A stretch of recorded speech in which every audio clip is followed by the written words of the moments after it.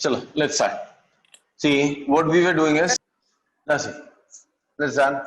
So last lecture में हमने देखा था direct current versus direct current and alternating current, right?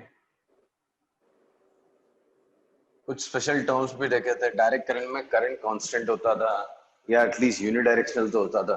यहाँ पे डायरेक्शन और मैग्नीट्यूड दोनों चेंज होता रहता है, राइट? पीरियडिक भी हो सकता है और हमारे सिलेबस में पीरियडिक ही होता है. पीरियडिक होता है तो हर इंस्टेंट वैल्यूज क्या होते हैं उसके, इंस्टेंटेनियस वैल्यूज. इंस्टेंटेनियस करंट भी हमने देखा था. पीक करंट एक वर्ड देखा था हमने. फिर एवरेज करंट देखा था. फिर फाइनली हमने आरएमएस करंट देखा था, राइट? ऐसे ही वोल्टेज भी होता है. ऐसे ही वोल्टेज भी होता है. Instantaneous voltage, peak voltage, average voltage, RMS voltage, ये सारे टर्म्स भी होते हैं, राइट?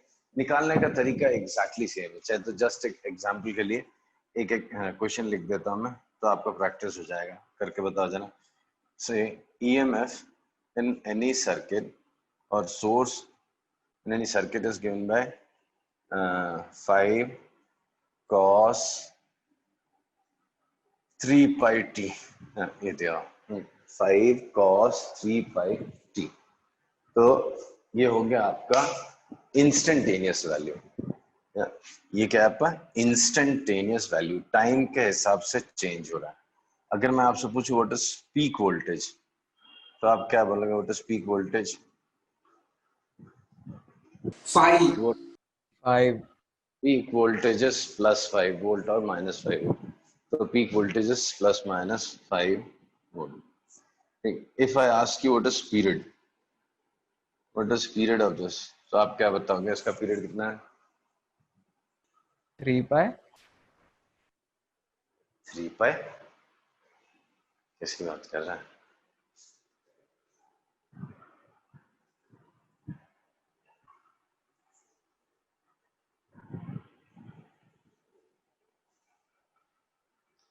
कोई भी कॉन्सेप्ट अप्लाई करो, ट्रिगो वाला कॉन्सेप्ट अप्लाई कर लो ना, पीरियोडिसिटी चेक कर लो.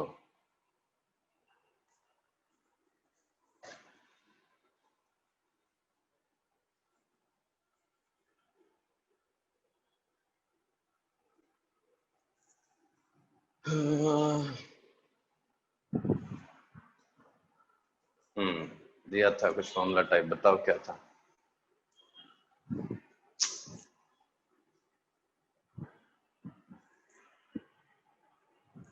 साइन एक्स का पीरियड क्या होता है? 2 पाई. और साइन के एक्स का 2 pi by k. 3 pi T का कितना होगा? 2 पाई बाय 3 पाई, 2 बाय 3. तो पीरियड इज 2 बाय 3 सेकेंड्स. समझा? Period is 2 by 3 seconds. आ समझ में ना? थर्ड, एवरेज वोल्टेज निकालो. Average voltage in interval 0 to 1 by 3 seconds. 0 से 1 by 3 सेकेंड्स में निकालो.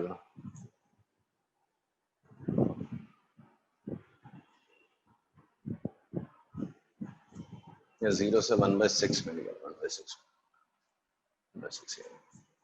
0 सेकेंड से 1 by 6 सेकेंड्स में निकालो एवरेज वैल्यू.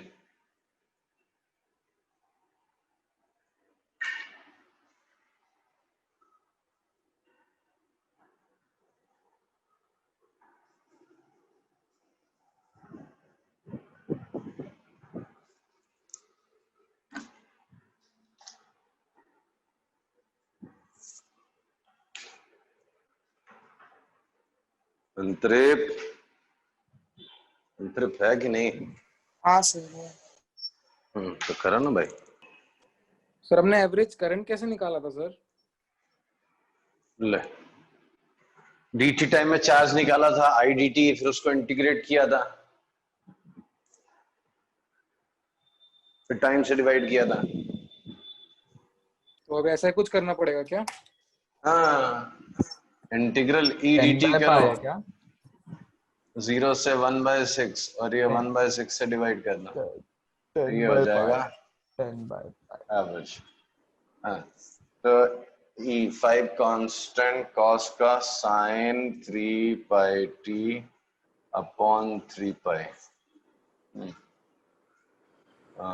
1/6 क्या ऊपर 0 से 1/6 seconds, so you get 2 10/pi upper limit डाला तो π/2 sin π/2 is 1 sin 0 is 0, तो 10/pi volt is answer. So answer is 10/pi volts. समझा? Yes sir. ना RMS वैल्यू निकाला तो हम लोग अगले टॉपिक में जाए।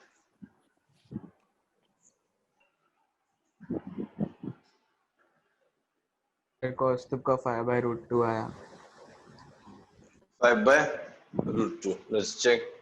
बाकी लोग ट्राई कर लो, रिक्वायरमेंट ले लो, आसान ही है बस स्क्वायर करके integrate root of mean of square, तो स्क्वायर करना है फिर टाइम से सर डिवाइड ई करना है स्क्वायर फिर dt रूट। करना पड़ेगा क्या?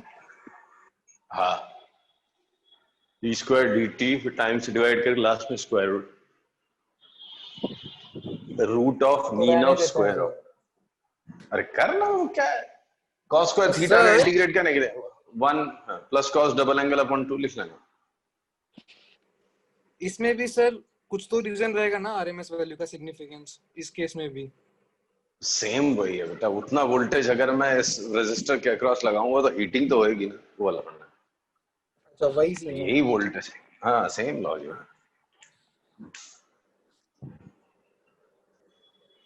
सर इस वाले क्वेश्चन में 5/3π कहाँ से आया? इंटीग्रेशन cos kx का इंटीग्रेशन क्या होता है, sin kx अपॉन k, हाँ तो sin 3πt अपॉन 3π, ठीक है, ओ कोएफिशिएंट से अच्छा डिवाइड अच्छा। करेंगे ना।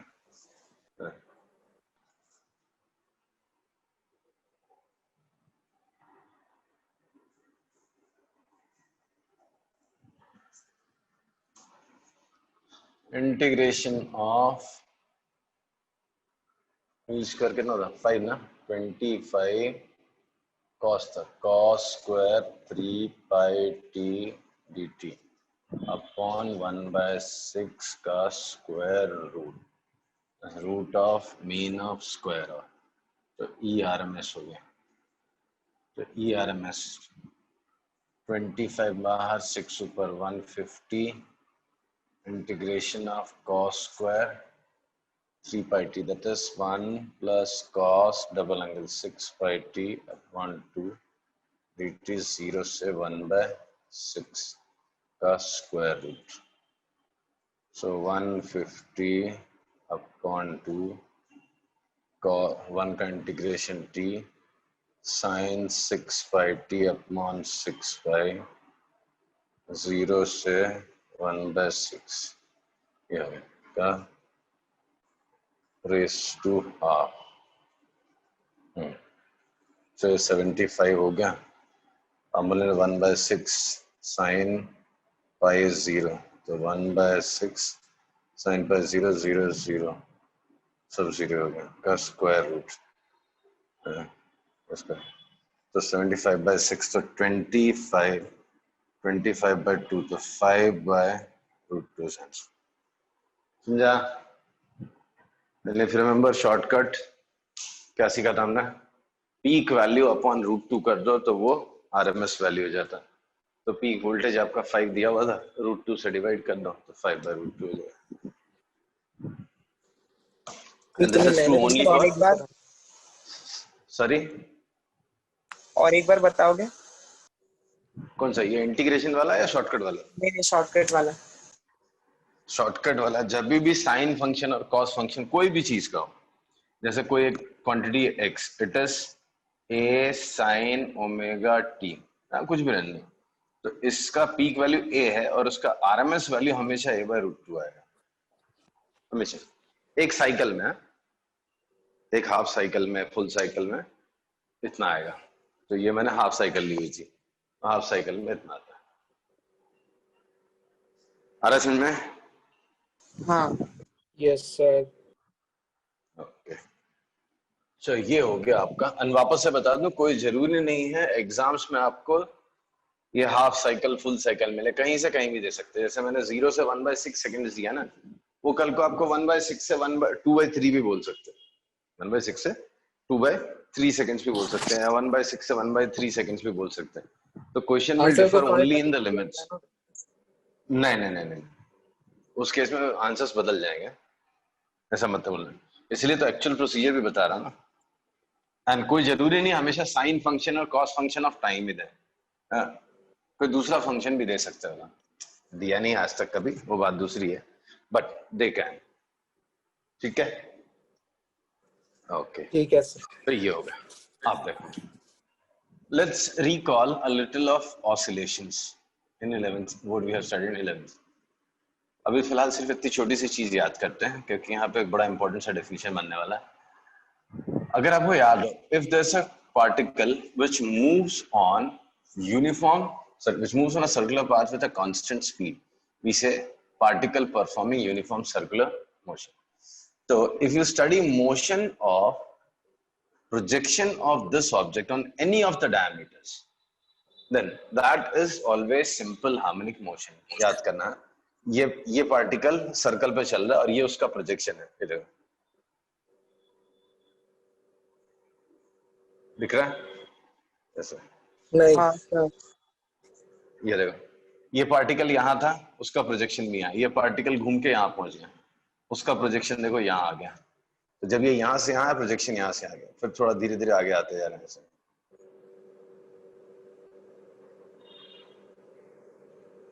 अब भी नजर नहीं आया? आ गया सर। हाँ सर, समझ गए। हाँ, तो स्टेटमेंट क्या था? Motion of projection, motion of projection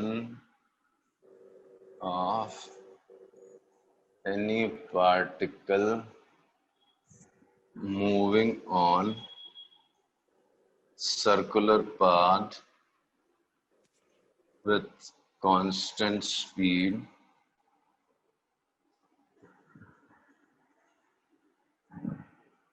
on any of its diameter is simple harmonic motion. Is simple harmonic motion. Yeah? Motion of projection of any particle, कोई particle ले लो which is moving on circular path with a constant speed, right?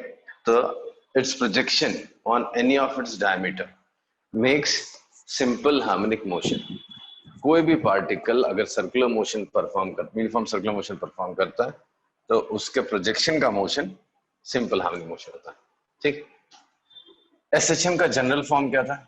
A sine omega T, right, with peak values as plus minus A and frequency as, angular frequency as omega. ठीक, हमने इसका converse भी पढ़ा था, हम इस angle को phase angle बुलाते थे, used to call it phase angle, नहीं, इसको हम लोग फेज एंगल भी बुलाते थे। इनिशियल फेज भी हुआ करता था, जनरल फॉर्म इसका कुछ ऐसा देखने में होता था, sign omega T plus five, ऐसा होता था। कुछ याद आया? हाँ सर। हाँ सर। ना, अगर कोई क्वांटिटी ऐसा लिखी हुई है, x is 5 sin 3 pi t या pi t by 3 plus pi by 6, ऐसा कुछ लिखा हुआ है, ठीक है? तो ये क्या है? ये टाइम वेरिंग क्वांटिटी है, ठीक है? इसको रिप्रेजेंट करने का तरीका क्या है? जैसे हम लोग ग्राफ बनाएंगे, टी का वैल्यू 0, टी का वैल्यू 1, 1, 2 डाल के ऐसे देखते जाएंगे, तो एक सिनुसॉइडल कर्व बनने वाला है, ठीक है? अब इस क्वांटिटी को हम दूसरे तरीके से दिखाते हैं, एक नोटेशन है, बड़ा काम की चीज होती है, बताता हूं क्या। I'll draw 2 lines this way. पहले पाई बाय 6 मिटा देता हूँ, सिर्फ पाई टी बाय 3 लिखता हूँ। एक लाइन ड्रॉ करता हूं मैं, जिस सेगमेंट ड्रॉ करता हूं जिसका मतलब स्टार्टिंग पॉइंट जो है वो ओरिजिन पे है और इसका जो लेंथ है ये 5 यूनिट्स है। अब इसको मैं रोटेट करूंगा इन दिस डायरेक्शन, ऐसा इस पॉइंट के अबाउट रोटेट करूंगा एंड अलग अलग पॉइंट टाइम पे इस पे वाई एक्सिस पे इसका प्रोजेक्शन डालता जाऊंगा।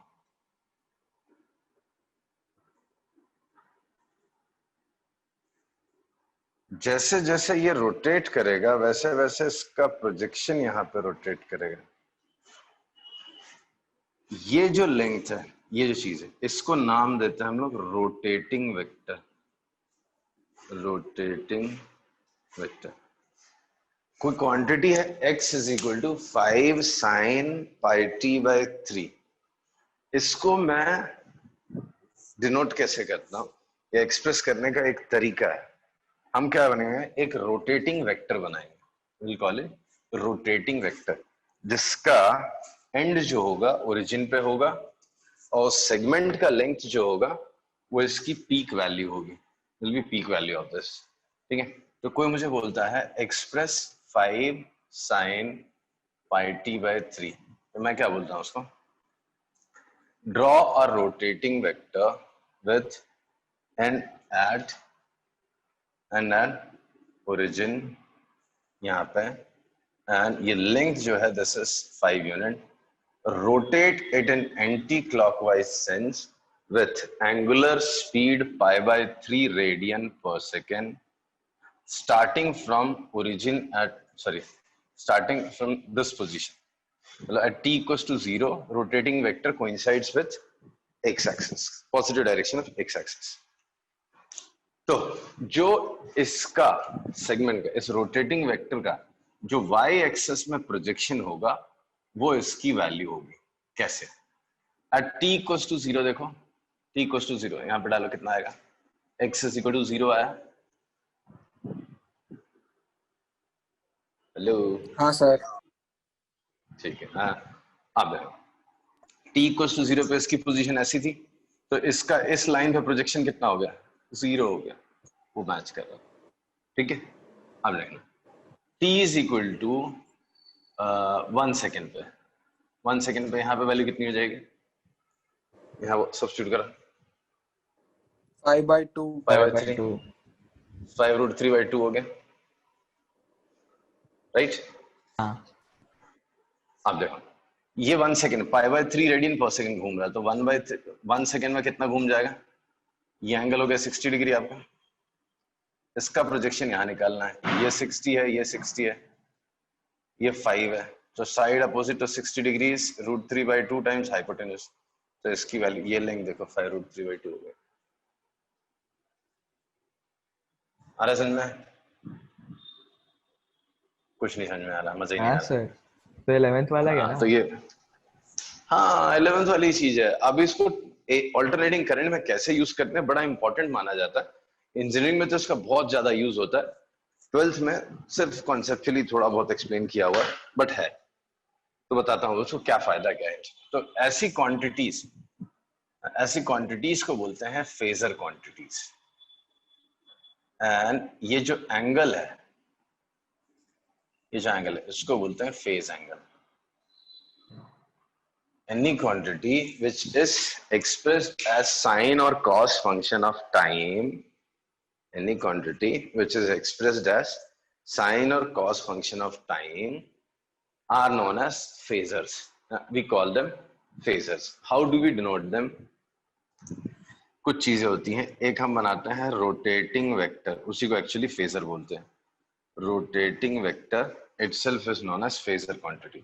तो हम एक रोटेटिंग वेक्टर बनाते हैं, ठीक है, जो एंड है उसका ओरिजिन पे फिक्स है, और जो लेंथ है उसका लेंथ क्या रिप्रेजेंट करता है, लेंथ रिप्रेजेंट्स मैग्नीट्यूड या पीक वैल्यू। ठीक है, सॉरी मैग्नीट्यूड क्या लिख रहा हूं, पीक वैल्यू।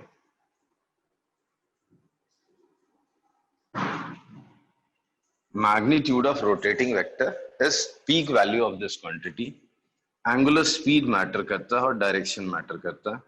तो एंगुलर स्पीड जो है, ठीक है, वो जो साइन फंक्शन ऑफ टाइम है ना, वो ओमेगा टी में जो ओमेगा है टी का जो कोएफिशिएंट है उसको बोलता है एंगुलर स्पीड, और एंटी क्लॉकवाइज डायरेक्शन में रोटेट करना है, एंटी क्लॉकवाइज डायरेक्शन में रोटेट करना। ठीक है, आगे दूसरा क्या, ये हो गया। एंड एक चीज होती है ये एंटी क्लॉकवाइज, हाँ प्रोजेक्शन। जो प्रोजेक्शन ऑफ रोटेटिंग वेक्टर है, projection of rotating vector on y axis is instantaneous value, वो उसकी इंस्टेंटेनियस वैल्यू कहलाती है। किसकी? फेजर क्वांटिटी की। जो फेजर क्वांटिटी है उसकी इंस्टेंटेनियस वैल्यू कहां पे मिलती है आपको? Length of projection, length of projection of that phasor, मतलब rotating vector on y axis, length of projection of rotating vector on y-axis is known as instantaneous value। जैसे ही ये यहाँ से रोटेट करना स्टार्ट करेगा, इसकी लेंथ बढ़ने लगती है, इतना तक जाएगी, फिर कम होने लगेगी इसके साथ, ऐसे फिर इस साइड जाएगी, इंस्टेंटेनियस वैल्यू नेगेटिव हो जाएगी, फिर इधर पे जो घूम जाएगी। तो जैसे घूमता जाता है इसके प्रोजेक्शन का लेंथ ऐसे, तो SHM जैसी फीलिंग आएगी आपको। That is साइन फंक्शन और cosine function, harmonic functions of time. Relate कर पा रहे हो थोड़ा सा? हाँ सर। तो हम लोग हमारे सिलेबस में देखेंगे जो साइन वोल्टेज है, सिनुसॉइडल वोल्टेज या सिनुसॉइडल करंट है, they are known as phasor quantities, they are known as phasor quantities. क्यों कर रहे हैं हम ये टाइम पास? फेजर क्वांटिटी बनाने का फायदा है। तो फेजर क्वांटिटीज में देखो, एडिशन एंड सब्ट्रैक्शन आसान हो जाता है, एडिशन एंड सब्ट्रैक्शन इजी होने जाता है। कैसे? स्केलर्स को ऐड कैसे करोगे आप? How do you add scalars? उसमें कुछ दिमाग लगाने की जरूरत है क्या? नहीं नहीं, कोई दिमाग लगाने की जरूरत नहीं। 5 + 3 = 8, इसमें कभी कोई कंफ्यूजन नहीं आएगा। वेक्टर्स को ऐड करने में कॉम्प्लिकेशन है, हाँ? वो दोनों वेक्टर्स के एंगल पर डिपेंड करता है। This is 3, this is 5, angle है समथिंग, उसके ऊपर कुछ रिजल्टेंट आएगा। अब क्या है, दो क्वांटिटीज हैं, टाइम वेरिंग क्वांटिटीज हैं, दो टाइम वेरिंग क्वांटिटीज हैं। एंड ऐसे भी टाइम वेरिंग नहीं, साइन वेरिंग या कॉस वेरिंग नहीं। जैसे x1 is 5 sin 2t, y1 is x2 is 8 sin 2t, 8 sin 2t। ठीक है, अब क्या है, दोनों साइमल्टेनियसली चल रहे हैं, दोनों का एडिशन क्या होगा, हर टाइम अलग अलग आएगा, या यहाँ पे कुछ फेज डिफरेंस भी कर लो, जैसे 5/3 कर लिया, तो हर इंस्टेंट इनका सम अलग आएगा। इन दोनों का सम हर इंस्टेंट अलग आएगा। आएगा या नहीं आएगा? आएगा। हाँ सर आएगा। इनको ऐड कैसे करें? उनका पीरियड भी सेम अलग है। हाँ हाँ, तो भी हर टाइम पे अलग आएगा ना। जैसे 0 डाल दिया तो कितना हो जाएगा, x1 हो गया आपका 5 और x2 हो गया आपका 4√3, सॉरी ये 0 और 4√3, तो इनका सम कुछ और आएगा। फिर और कुछ सेकंड पे कुछ और आएगा, और कुछ सेकंड पे कुछ और आएगा, तो टाइम वेरिंग है उनका सम। अब इनको ऐड कैसे करो? तो इनके लिए हमने मेथड बनाया है क्या, फेजर का। तो 5 sin 2t, तो हम क्या करेंगे, इसको ड्रॉ करेंगे eight t seconds, 5 sin 2t, तो ये लेंथ बनाई मैंने 5 sin 2t। ठीक, ये एंगल है आपका 2t। एक दूसरा वेक्टर है जो इससे π/3 लीड पे 60 डिग्री आगे चल रहा है, मान लो ये 60 डिग्री है, उसका लेंथ है 8, ये लेंथ हो गया 8 और ये एंगल हो गया π/3। ठीक है, तो इनको आप ऐड करोगे। सर क्या बोल रहा है? ये उनका सम, जैसे जैसे ये घूमेगा ना, ये नहीं घूमेगा, ये समझा घूमेगा, सर, वैसे। थोड़ा पीछे सर। हाँ हाँ, सी जैसे आज तक आप स्केलर्स को ऐड करना सीखे, बहुत आसान था, ठीक है। फिर आपने नॉर्मली में ये तो वेक्टर्स सीखा ऐड था करना सर। सीखा, हाँ वेक्टर्स को ऐड करना सीख लिया 11th में, वो भी ठीक है, अडॉप्ट कर लिया हमने, आपका आता है अच्छे से। अभी ये थर्ड क्वांटिटी है, टाइम वेरिंग क्वांटिटीज, इनको ऐड करने का मेथड है। अभी क्या होगा जब आप हायर सिलेबस में जाओगे ना, तो एक ही सर्किट में तीन तीन फेज, तीन तीन कॉइल लगी होंगी। अब वो चलो जान दो, उसको इग्नोर मारो। तो क्या होता है, इसी सर्किट में एक सर्किट बना होगा, इसमें वोल्टेज वेरी कर रहा है, ये रेजिस्टर है, ठीक है। इसमें क्या हो रहा है, वोल्टेज वेरी कर रहा है, करंट भी वेरी कर रहा है। तो कभी कभी वो दोनों इन फेज रहते हैं, दोनों एक साथ अपने पीक पे जाते हैं, नीचे आते हैं, रिलेट करना आसान होता है। कभी कभी आगे पीछे चलते हैं, जब वोल्टेज इसके अक्रॉस 0 है तो करंट एकदम फुल है, मैक्स। बेसिकली आप समझ लो डायग्रामेटिक रिप्रेजेंटेशन है इन क्वांटिटीज का, किनका, जो sine and cos function of time होते हैं ना, उनका diagrammatic representation is known as phasor diagram. लेकिन आप हेलो, ग्राफ नहीं समझा सर ये वाला। हमें समझा रहा हूं ना ग्राफ। तो अब क्या है, मान लो एक एग्जांपल देता हूं मैं आपको, दो quantities x1 and x2, x1 is 5 sin 2t and x2 is 8 sin 2t by 2t plus pi by 3। अब इनका सम दिखाना है, ठीक है। तो कैसे दिखाएंगे, तो पहले मैं इसको डिनोट करता हूं। t सेकेंड्स पे ये कितना एंगल घूम चुका होगा, 2 रेडियन पर सेकेंड, तो 2t घूम चुका होगा। नहीं, इसको नहीं कैसे हाँ दिखाओगे आप, रोटेटिंग वेक्टर से दिखाओगे। यहाँ पे क्या रखोगे, मतलब टेल रख दिया और उसका लेंथ 5 यूनिट्स रख दिया, ठीक। एंड एक्स एक्सिस के पॉजिटिव डायरेक्शन से 2t एंगल बना दिया, ठीक है। इसमें कोई प्रॉब्लम? हाँ सर, नहीं समझ रहा, पता नहीं क्यों। क्यों, देख इसको पहले मैंने आपको बोला, भूल जाओ मैं क्या करने वाला, आपको बोलो इसको एज अ रोटेटिंग वेक्टर दिखाओ, तो आप क्या बोलोगे, टेल ओरिजिन पे रख के एक सेगमेंट बनाऊंगा 5 यूनिट का, ठीक। मैंने बना दिया ऐसे ही। अब बोलोगे सर ऐसे कैसे बना दिए, यहाँ बनाते यहाँ बनाते, मैंने कहीं बना दिया, लिख दिया ना 2t एंगल है, वो तो टाइम के ऊपर डिपेंड करता है कहाँ पे होगा। इसकी समझा सर। रोटेट करने की स्पीड, हाँ उसकी रोटेट करने की स्पीड जो है दैट इज 2 रेडियन पर सेकंड, दैट्स इट। तो t सेकंड्स में कितना घूमेगा, 2t घूमेगा, ठीक है। समझा सर। ओके, अब मैंने बोला इसको बनाओ 8 sin 2t plus pi by 3, तो ठीक है। टेल यहां रख के 8 यूनिट का लेंथ ड्रॉ करना है, कर देंगे। एंगुलर स्पीड 2t ही होनी चाहिए, सॉरी 2 रेडियन पर सेकंड होनी चाहिए, बट 2t वाले से पाई बाई 3 आगे चल रहा होगा, ये t इक्वल्स टू 0 पे था और ये पहले से पाई बाई 3 लीड पे चल रहा था। अच्छा सर, आपने वो रैंडम डाला ना 8 सेकंड क्वाड्रेंट में, आपको पता चला कि सेकंड क्वाड्रेंट में होगा वो। साहब नहीं बाबा, ऐसे ही कुछ भी, तो इससे मैंने पाई बाई 3 आगे दिखा दिया, इससे हाँ पाई बाई समझा 3 सर। आगे दिखा दिया, तो ये ऐसा हो गया। अब किसी ने बोला इनका सम क्या हुआ, तो यहाँ पे आप वेक्टोरियली ऐड करते हो, कैसे, इसका प्रोजेक्शन यहाँ पे, ये इसकी इंस्टेंटेनियस वैल्यू है, इसकी इंस्टेंटेनियस वैल्यू ये है, इन दोनों को ऐड करोगे तो इसकी इंस्टेंटेनियस वैल्यू आएगी।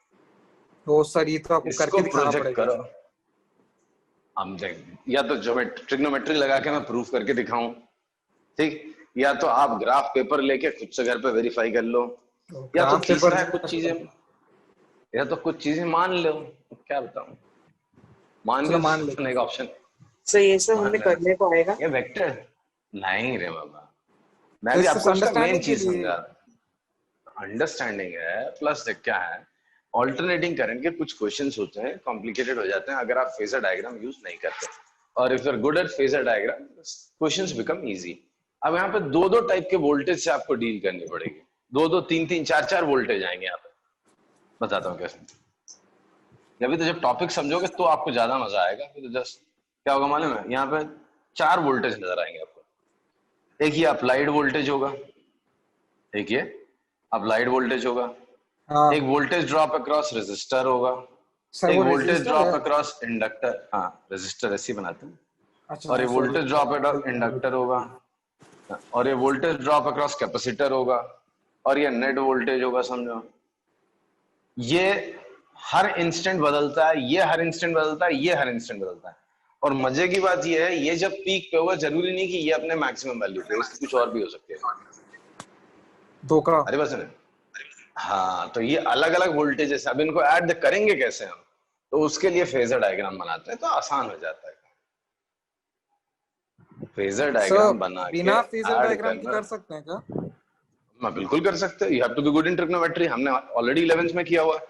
इनको ऐड करने का ट्रिक याद दिलाऊं ना, ऐसा करते हैं सीधा x1 + x2 = 5 sin 2t + 8 sin 2t + π/3। इसको लिख दिया मैंने cos 2t, इसको लिख देता हूँ, इसको साइन रहने देता हूँ, 5 कॉस sin कहाँ से आ गया?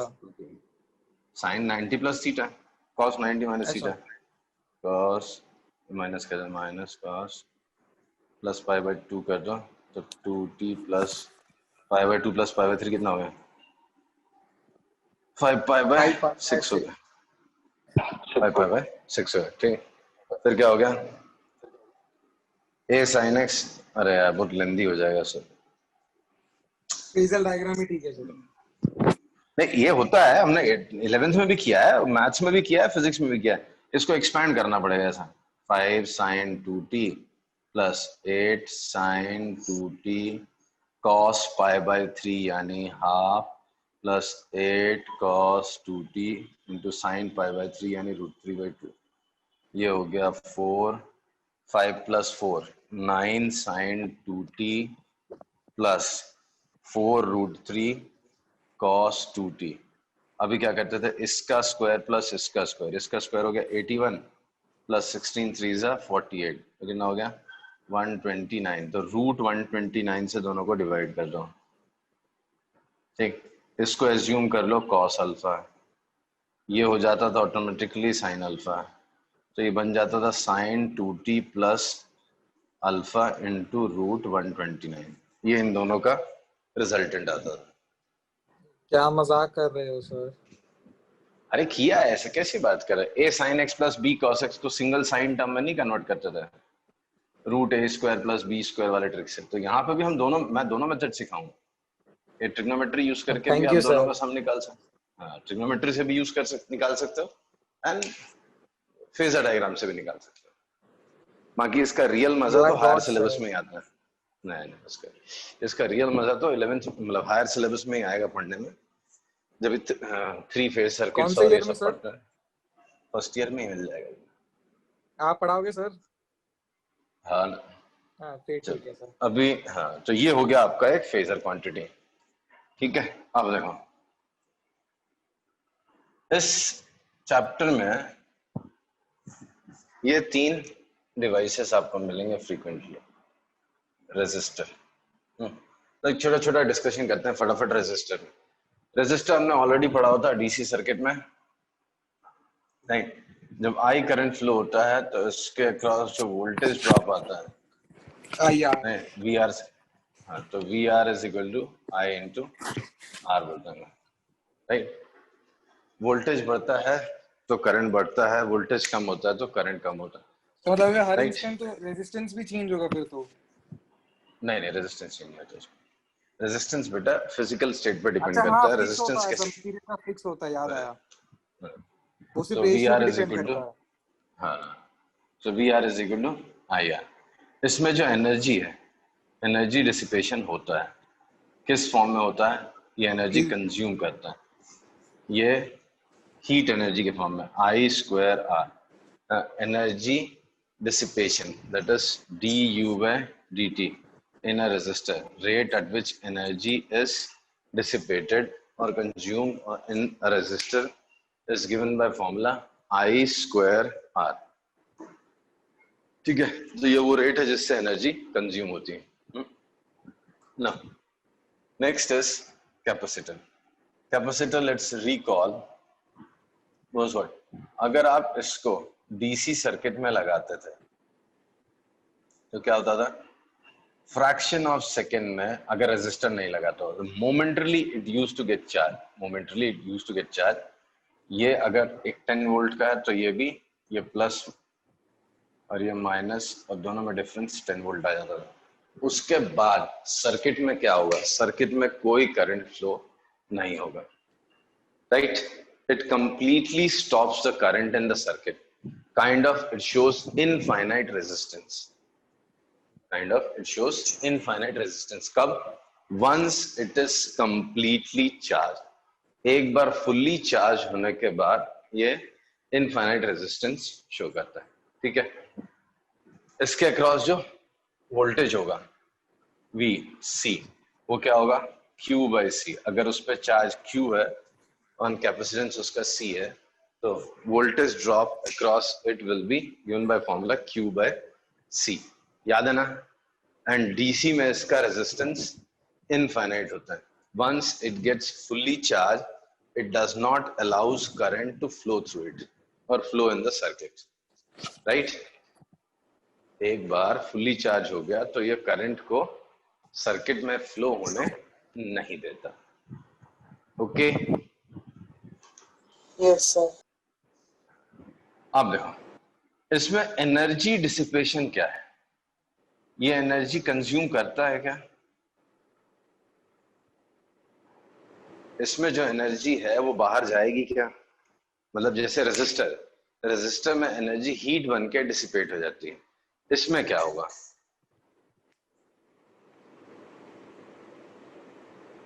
इसमें कुछ नहीं होगा. ये एनर्जी कंज्यूम नहीं करता. क्यों नहीं करता? बिकॉज इसमें प्रॉपर रेजिस्टेंस नहीं है. दो it opposes current, it offers infinite resistance, right? But it does not consumes energy. Why? Because इसके अंदर वो इलेक्ट्रॉन्स का कोलिजन और वो सब चक्कर नहीं है. वो सिर्फ इतना ही करता है कि एनर्जी स्टोर कर लेता है. अगर आप उससे रिटर्न मांगोगे तो एनर्जी रिटर्न कर देगा, बट वो एनर्जी हीट वीट के फॉर्म में डिसिपेट नहीं करेगा. हेलो, हाँ sir. याद है ना? हेलो. वापस बताऊं. Energy dissipation is zero. it stores electrical energy and delivers the stored energy if needed, but heat के फॉर्म में डिसिपेट नहीं करा देता. आपने रेजिस्टर को इलेक्ट्रिकल एनर्जी दी तो उसको हीट में कन्वर्ट कर देगा. ये हीट में कन्वर्ट नहीं करेगा. वो क्या करेगा? उसको इलेक्ट्रिकल एनर्जी बना के अपने अंदर स्टोर कर लेगा एंड जब जरूरत पड़ेगी तो वो आपको रिटर्न कर देगा. आगे बात समझ में? Yes sir. हाँ. इसके अंदर एनर्जी कितनी होती है? Half CV square. Energy density of electric field in it is half E square epsilon 0. This is energy density, that is energy stored per unit volume of this electric field, and half CV square is total energy stored in a capacitor. ठीक है. अब देखो एक device होता है inductor. Inductor क्या होता है? एक स्ट्रेट कॉपर वायर लेके उसको सोलेनॉइड के फॉर्म में आप कर दो तो वो बन जाएगा इंडक्टर. इसका इंडक्टेंस होता था L. ये क्या करता है? डायरेक्ट करंट में कुछ नहीं करता. अगर इसमें कांस्टेंट करंट फ्लो होने लगे, if there is a constant current flowing in this circuit, it does not opposes at all. Voltage drop across inductor is given by formula L di by dt. तो अगर I constant हो जाए जैसे direct current में होता है तो ये हो जाएगा जीरो. तो मतलब इसका होना नहीं होना कोई फर्क ही नहीं पड़ता. तो inductor is a straight conducting wire in case of direct current. ठीक. कांस्टेंट करंट फ्लो हो रहा है तो उसका होना नहीं होना कोई फर्क नहीं पड़ता. But yes the moment you switch it on तभी फर्क पड़ता है. याद है LR सर्किट? अभी कुछ दिन पहले ही पढ़ा था हमने पिछले चैप्टर में. एक्सपोनेंशियली करंट ग्रो करता था. वैसे ही तो RC सर्किट में भी होता था. बट यहाँ पे मैंने रेजिस्टर नहीं दिखाया है. मतलब बिना रेजिस्टर के ज्वाइन किया तो फट करके चार्ज हो जाता है और ये इमीडिएटली कांस्टेंट करंट हो जाता है, जीरो आ जाता है. आ रही बात समझ में? तो voltage drop across inductor is di/dt, अगर करंट ही कांस्टेंट हो तो वो 0 हो जाएगा। एनर्जी डिसिपेशन, ये एनर्जी डिसिपेशन करता है क्या? एनर्जी किसी दूसरे फॉर्म में बाहर निकाल देता है क्या? नहीं मैग्नेटिक करता। Energy sir. ये मैग्नेटिक एनर्जी बना के स्टोर कर लेता है। Half Li² is the magnetic energy stored in it, and वो मैग्नेटिक एनर्जी इसमें मैग्नेटिक फील्ड के फॉर्म में होती है। B²/2 μ0 उसकी मैग्नेट एनर्जी डेंसिटी थी। राइट, याद आ रहा है? हाँ सर। तो कैपेसिटर और इंडक्टर एनर्जी डिसिपेट नहीं करते, वो स्टोर करते हैं, जरूरत पड़े पर रिटर्न कर देते हैं। इसको, इसमें अगर करंट सेट है तो उसमें कुछ फ्लक्स है, जैसे आप स्विच ऑन करोगे या ये हटा के कुछ दूसरा लगाओगे तो क्या करेगा, जो मैग्नेटिक एनर्जी है उसको रिटर्न कर देगा आपको इलेक्ट्रिकल एनर्जी के फॉर्म में कन्वर्ट करके। ठीक है,